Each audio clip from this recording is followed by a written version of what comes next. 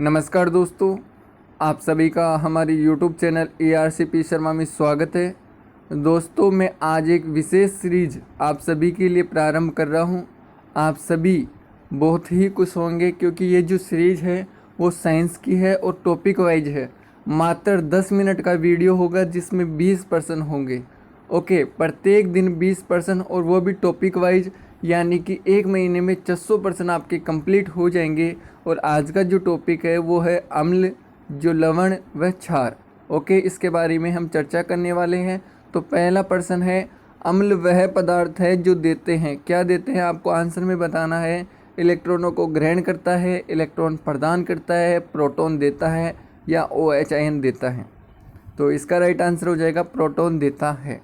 Okay, अगला प्रश्न, भस्म वह पदार्थ है जो क्या देता है। भस्म की बात हो रही है यहाँ पे, बताइए। देखिए,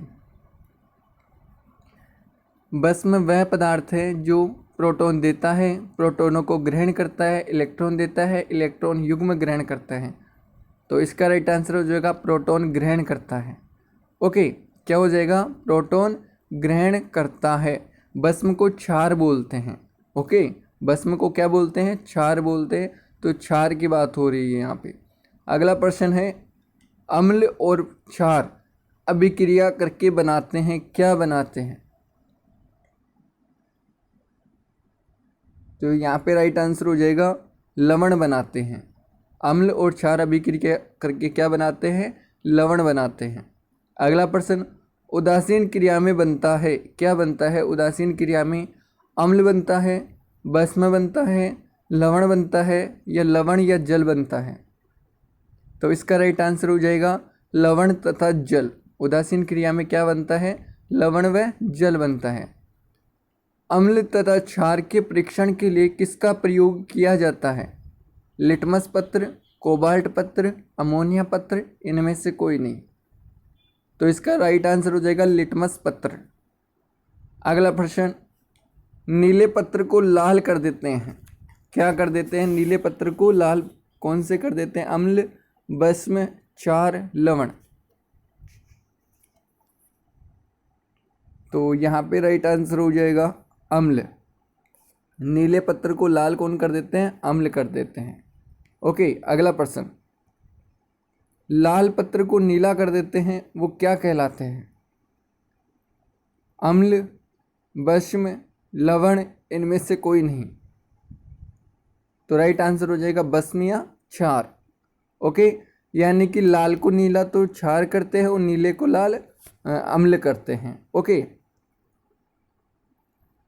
जल में घुलनशील भस्म को क्या कहते हैं, बताइए। देखिए, तो राइट आंसर हो जाएगा क्षार कहते हैं। भस्म की बात हो रही है तो यहाँ पे क्षार हो जाएगा। निम्न में से कौन सा सही कथन है। धातु जो होते हैं, क्षार में धातुओं जैसी चिकनाहट होती है। क्षार लाल लिटमस को नीला कर देते हैं। सभी क्षार भस्म होते हैं परंतु सभी भस्म क्षार नहीं होते हैं। उपरोक्त सभी, समझ के आंसर देना इसका। तो ये सारी बातें सही है। ओके, क्षार में धातु जैसी चिकनाहट होती है, ये भी सही है। और यहाँ पे जो दे रखा है क्षार लाल लिटमस को नीला कर देते हैं, तो ये भी सही है। ओके, और नीले को लाल पूछे तो अम्ल आ जाएगा। अगला प्रश्न है, सभी अम्ल जल में घुलकर जो प्रदान करते हैं वो क्या करते हैं, कौन सा आयन देते हैं सभी अम्ल जल में घुलकर। तो बताइए। देखिए, तो यहाँ पे राइट आंसर आ जाएगा H+ आयन देते हैं। अम्ल की बात हो रही है तो अम्ल क्या देते हैं, H+ आयन देते हैं। अगला प्रश्न है, भस्म का जो स्वाद होता है भस्मों का वो कैसा होता है, यह आप सभी को बताना है। भस्मों का जो स्वाद होता है वो कैसा होता है, खट्टा, मीठा, स्वादहीन, खारा। तो यहाँ पे राइट आंसर हो जाएगा खारा, यानी कि भस्म जो होते हैं वो स्वाद में कैसे होते हैं, खारा होते हैं। ओके, खट्टा नहीं आएगा, खारा आएगा यहाँ पे। ओके, अगला प्रश्न है, भस्मों को जो है भस्मों के जलीय घोल में कौन सा आयन होता है, यानी कि भस्म होते हैं वो कौन सा आयन देते हैं, ये आप सभी को बताना है। तो यहाँ पे राइट आंसर हो जाएगा OH आयन देते हैं। ओके, भस्मों के जलीय घोल में कौन सा आयन प्राप्त होता है, तो OH आयन प्राप्त होता है। सभी लवण होते हैं, कैसे होते हैं सभी लवण? तो विद्युत अपनगठीय, विद्युत अपघटीय, या हम बात करें स्थायी अपघट्य या उदासीन होते हैं। लवण की बात हो रही है, अम्ल क्षार लवण, तो लवण की बात हो रही है तो बता दीजिए। तो लवण क्या होते हैं? ये होते हैं आपके विद्युत, जो होते हैं अपघट्य होते हैं। क्या होते हैं? अनअपघट्य नहीं होता है, यहाँ पे अपघट्य आएगा, वो भी विद्युत। ओके, अगला, पीएच का निर्धारण किसने किया? जो पीएच स्केल आता है अम्ल और क्षार को मापने के लिए, तो उसका निर्धारण किसने किया था उसके बारे में बताना है। लेवोजियर, प्रिस्टले, कैवेंडिश, सोर्सेंस। तो इसका राइट आंसर हो जाएगा डी, राइट आंसर हो जाएगा, सोर्सेंस राइट आंसर हो जाएगा। कब किया गया था? तो 1909 के अंदर इसका निर्धारण किया गया था। कब किया गया था? 1909 में इसका निर्धारण किया गया था। अगला प्रश्न, शुद्ध जल में हाइड्रोजन आयन सांद्रण का मान होता है। शुद्ध जल में हाइड्रोजन आयन का सांद्रण मान कितना होता है, ये आप सभी को बताना है।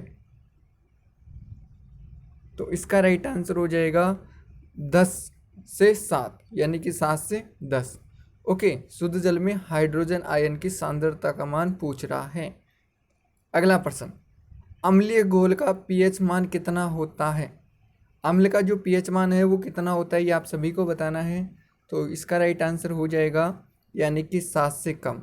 अम्ल कितने होते हैं? 7 से कम होते हैं, ये आप सभी को पता होना चाहिए। अगला, क्षार का पीएच मान कितना होता है? तो अम्ल का 7 से कम होता है, तो क्षार का किससे ज़्यादा हो जाएगा? 7 से ज़्यादा हो जाएगा। ओके, अगला प्रश्न, उदासीन घोल का पीएच मान कितना होता है? तो उदासीन का कितना हो जाएगा? उदासीन का हो जाएगा, आप सभी को पता होना चाहिए, बेसिक सा प्रश्न है, 7, यानी कि 7 से कम अम्ल, 7 से ज़्यादा क्षार और 7 पे उदासीन। ओके, अगला प्रश्न है, सभी अम्ल धातुओं से क्रिया करके कौन से गैस निकलते हैं? सभी अम्ल हैं वो धातुओं से क्रिया करके कौन से गैस निकालते हैं, ये आप सभी को बताना है। मैं पहले भी बता चुका हूँ, बता दीजिए। देखिए, तो हाइड्रोजन राइट आंसर हो जाएगा।